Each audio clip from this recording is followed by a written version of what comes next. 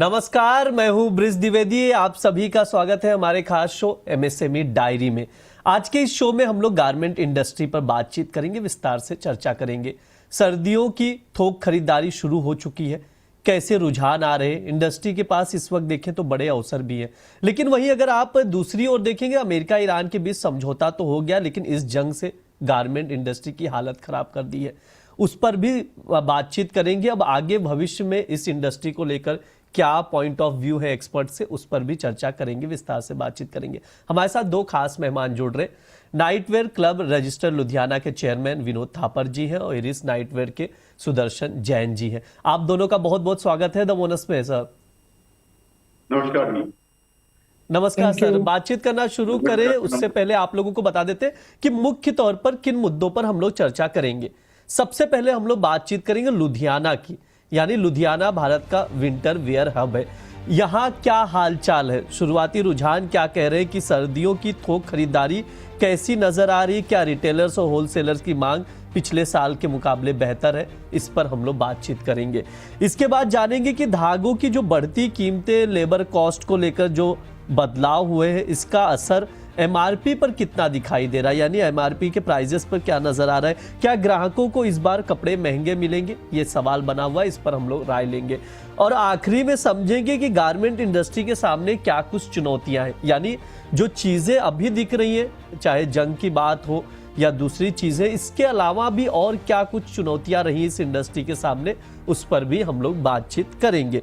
शुरुआत करेंगे कि क्या कुछ है अभी हालचाल मार्केट का, वहां से। विनोद सर, आपसे शुरुआत करना चाहूंगा। सबसे पहले ये जानना चाहूंगा लुधियाना का क्या हालचाल है, वहां के मार्केट गारमेंट इंडस्ट्री को आप कैसे देख रहे हैं, अभी क्या सिचुएशन नजर आ रही है, एक ओवरव्यू दीजिए सर प्लीज। लुधियाना इंडस्ट्री काफ़ी अच्छी है। 2025 काफ़ी अच्छा सीजन था।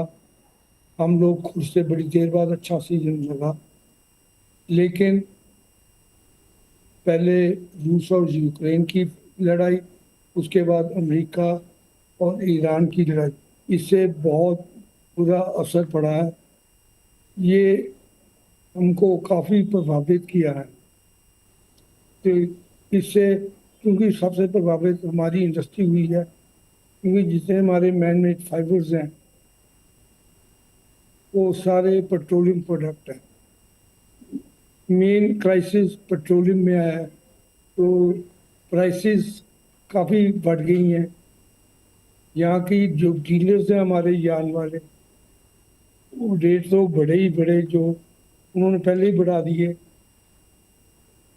लेकिन वो फर्दर बुकिंग नहीं ले रहे।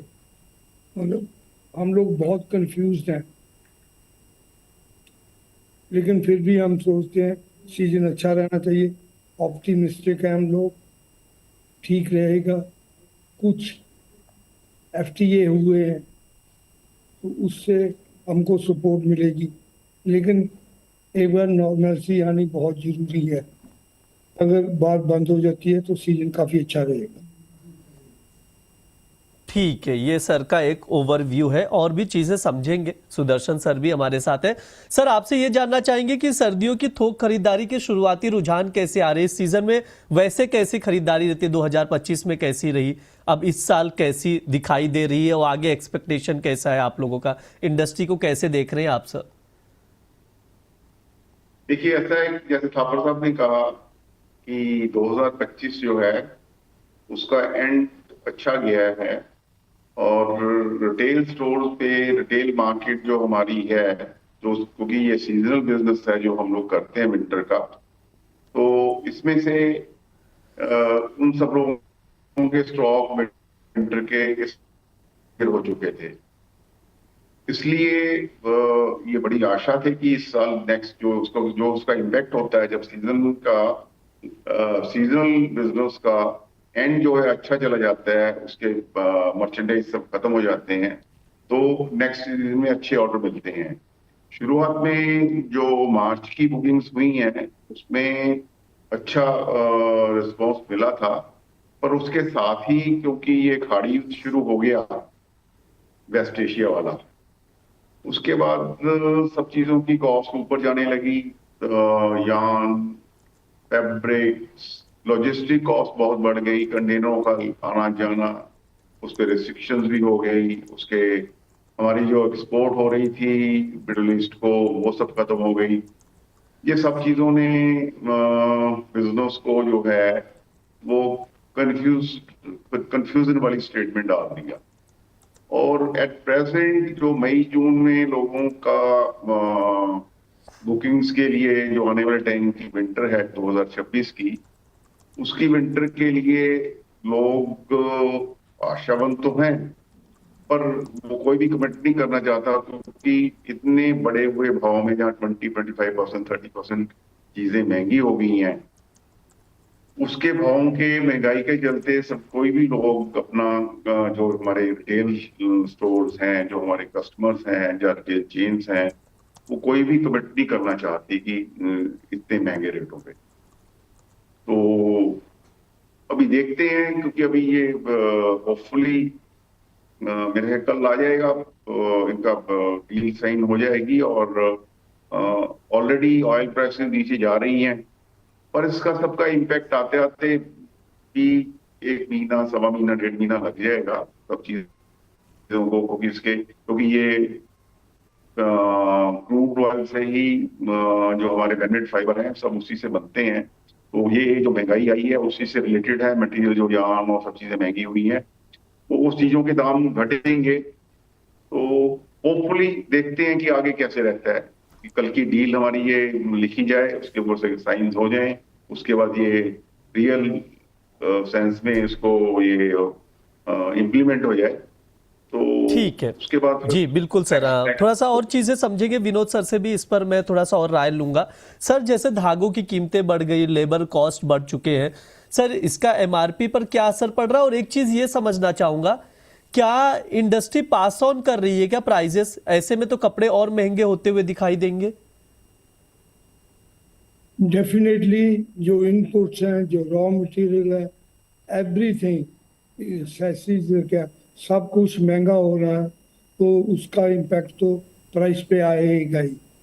मेरे हिसाब से सुदर्शन जी बेटर जानते हैं, 20% इंक्रीज होगी प्राइस। जी और सबसे ज़्यादा मुश्किल ये है, यार्न्स वाले हैं जो एडवांस बुकिंग नहीं कर रहे। हमारे मैन्युफैक्चरर कंफ्यूज हैं। हम कहते हैं ये लड़ाई बंद हो जाए, सब कुछ ठीक हो जाएगा। ऑलरेडी बांग्लादेश हमको डिस्टर्ब कर रहा है। वो वहाँ से जो माल आता है, जो हमारे बड़े प्लेयर हैं लाइक वॉलमार्ट, जियो मार्ट, ये लोग वहाँ से सोर्स करते हैं, क्योंकि ये FTA हुआ है। तो तभी सब कुछ नॉर्मल होगा। अगर हम सब चीज़ नॉर्मल हो जाएगी।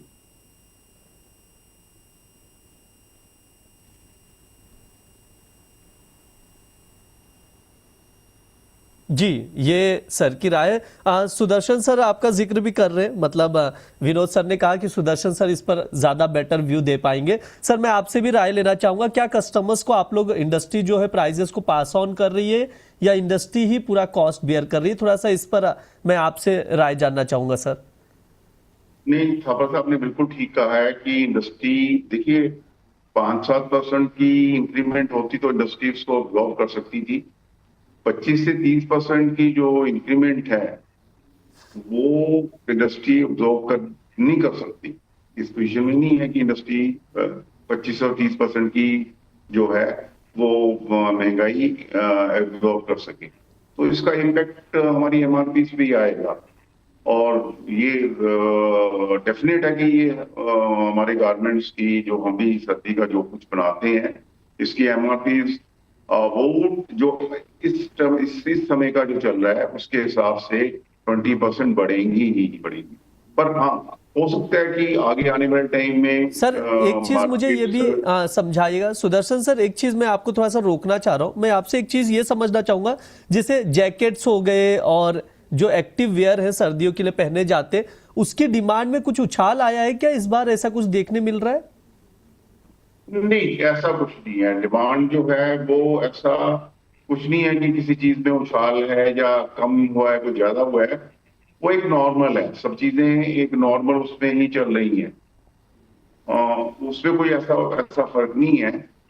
पर जो अल्टीमेटली जो प्राइसेस हैं उस पे यदि कुछ चीजों का फर्क पड़ेगा तो ये हो सकता है कि आने वाले टाइम में प्राइसेस, ऑयल प्राइसेस नीचे जाएंगी, उसके आगे उसके कास्केडिंग इफेक्ट आएंगे, उसके यार्न्स और मटेरियल जो हमारे बनते हैं, रॉ मटेरियल, उसके ऊपर वो चीजें वो भी थोड़ी प्राइस नीचे को जाए तो कुछ एवरेज कुछ कम हो सकती है कि ये 20% आ जाएगी, 15% पे हो जाएगी या कुछ हो। हालांकि ये हम मैन्युफैक्चरर्स के लिए बहुत बड़ी मुश्किल है कि हम लोगों ने तो जितना रॉ मटेरियल था हमारा उसका 90% हम लोग खरीद चुके हैं, क्योंकि हमें अभी जाके अगस्त में सितंबर में सप्लाई देनी है ये सभी चीजों की। तो हमारे पास बचे ही 2 महीने हैं। हमने तो जो भी हमें परचेज करना था हम कर चुके हैं। तो अल्टीमेटली अब प्राइसेस आगे कम होती हैं और उसके कारण मार्केट फोर्सेस के हिसाब से हमें कुछ अपनी प्राइसेस को नीचे लेके जाना पड़ता है, क्योंकि अल्टीमेटली मान लो यदि कल को कुछ चीजें प्राइसेस कम हो जाती हैं तो उसका करंट सिनेरियो जो है वो भी इम्पैक्ट मार्केट से हमारी प्रोडक्ट्स पे आएगा। तो कंपटीशन के चलते हम लोगों को भी मतलब इसका बोझ सहन करना पड़ेगा। और हो सकता है कि ये जो बात अब चल रही है कि हम कितना अब्जॉर्व करेंगे अपने आप में, ये हो सकता है कि हमें कुछ प्राइसेस जो हैं, जैसे अभी हमारे पास जो अब आज करंट पोजीशन में तो 20% हम अपनी एमआरपी बढ़ा के चल रहे हैं।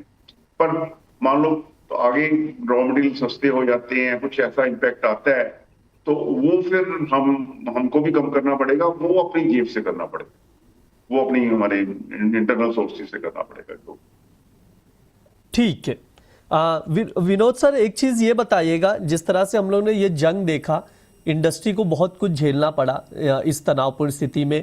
फ्रेट रेट हाइक हो गए, डिलीवरी में समय लगने लगा। मैं आपसे समझना चाहूंगा कितना हम लोग जो एक्सपोर्ट करते हैं उस चीजों पर कितना इम्पैक्ट आया है, मतलब इस इंडस्ट्री पर क्या ये शॉर्ट टर्म इम्पैक्ट है, आने वाले समय पर सुधार देख लेंगे क्योंकि समझौता होता हुआ भी दिखाई दे रहा है, या इसका असर अभी लंबे समय तक दिखाई देगा सर?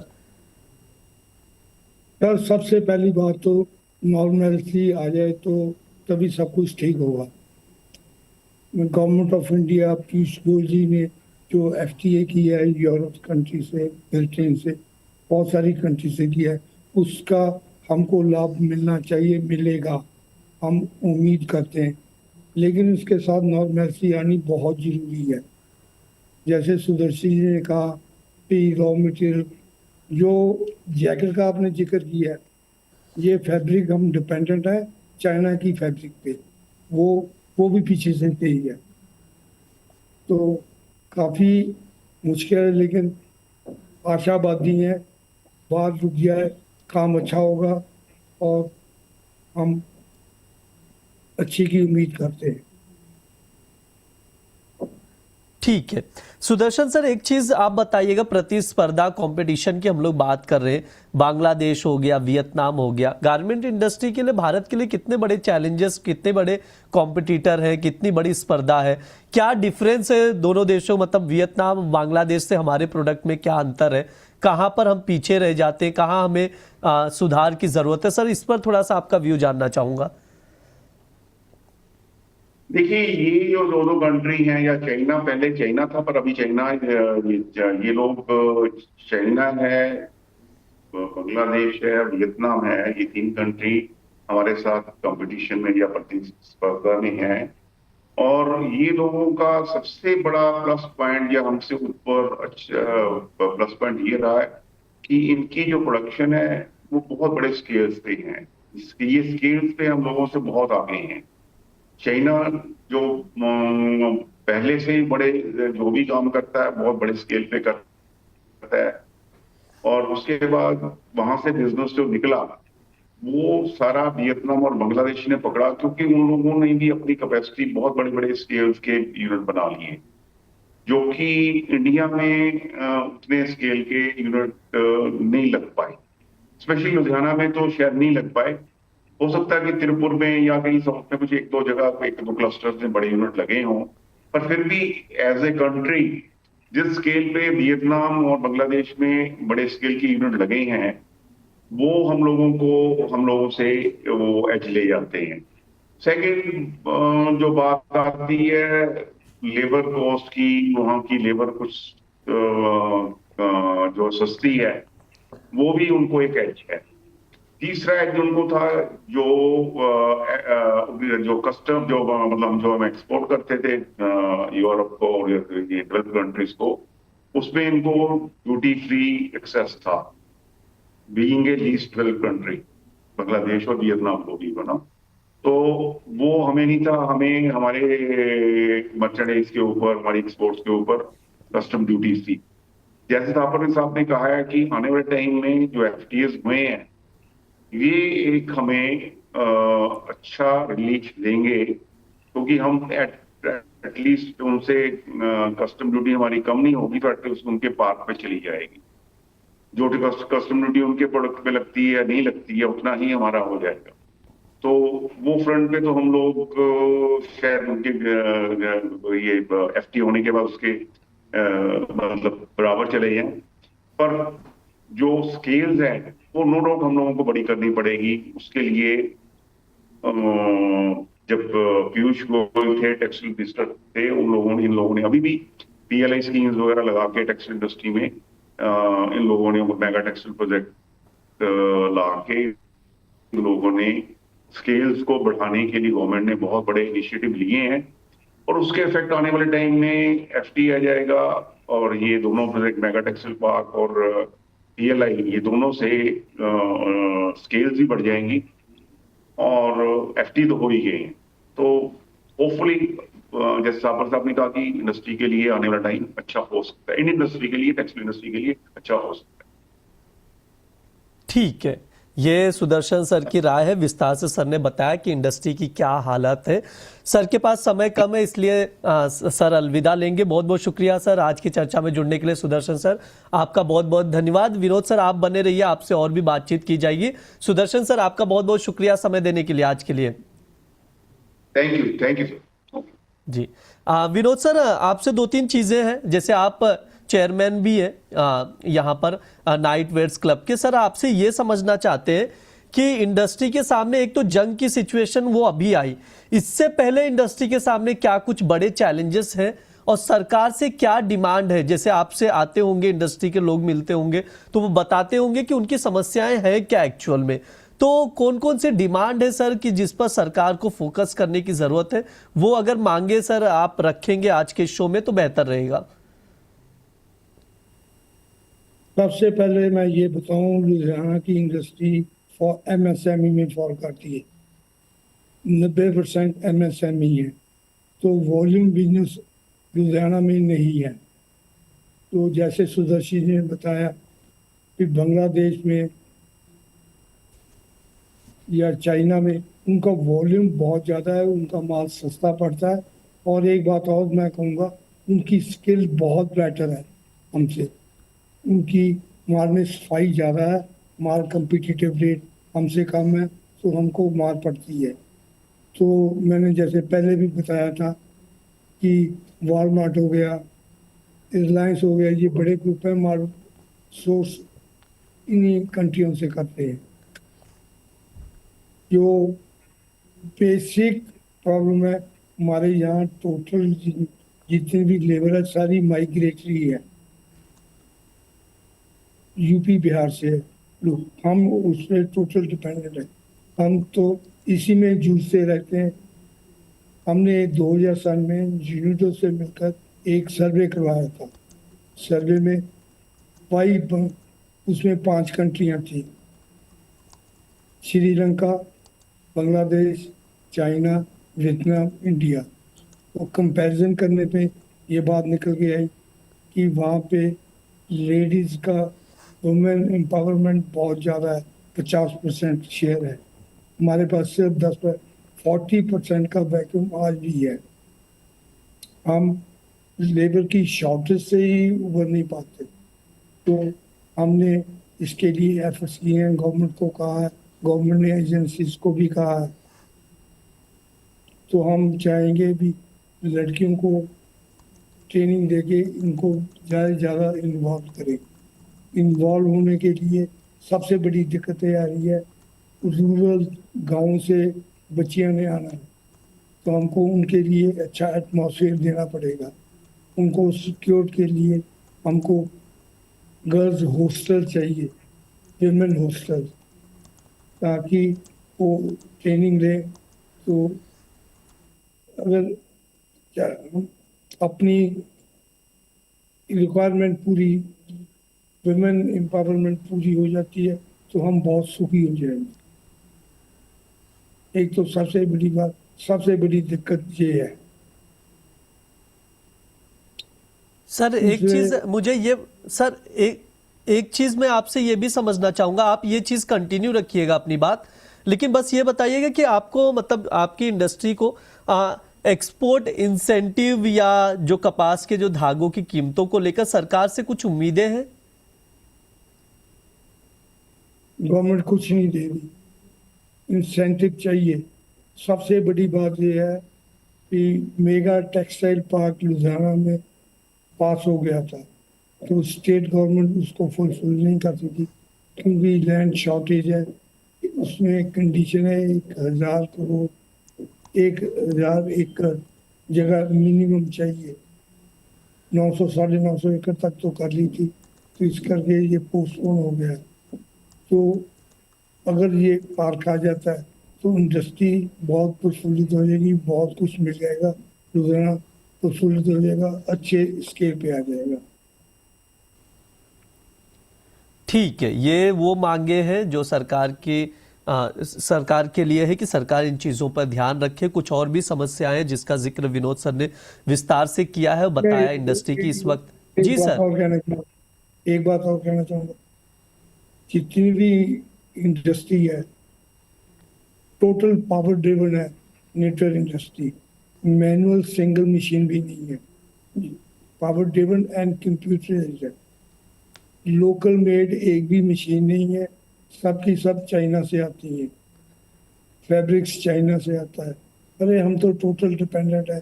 हम सरकार को अपील करते हैं कुछ ऐसे इंसेंटिव दे ताकि लोकल इंडस्ट्री कंप्यूटराइज मशीनें बनानी शुरू करे। इतनी मशीन हाई 4 फिगर्स मशीन हैं चाइना की लुधियाना में चल रही, हजारों की गिनती में। तो जो हम अपना फॉरेन एक्सचेंज खराब करते हैं, लोकल रोजगार मिलेगा। हम सरकार से कहते हैं ये जो मशीन्स हैं 100% बाहर से आती हैं, लोकल को, इंडिया को। एक बात तो हम कहते हैं made in India, make in India, लेकिन प्रैक्टिकली हम कुछ नहीं कर रहे। सरकार से आपके माध्यम से अपील करते हैं तो इस सेगमेंट को जरूर देखो।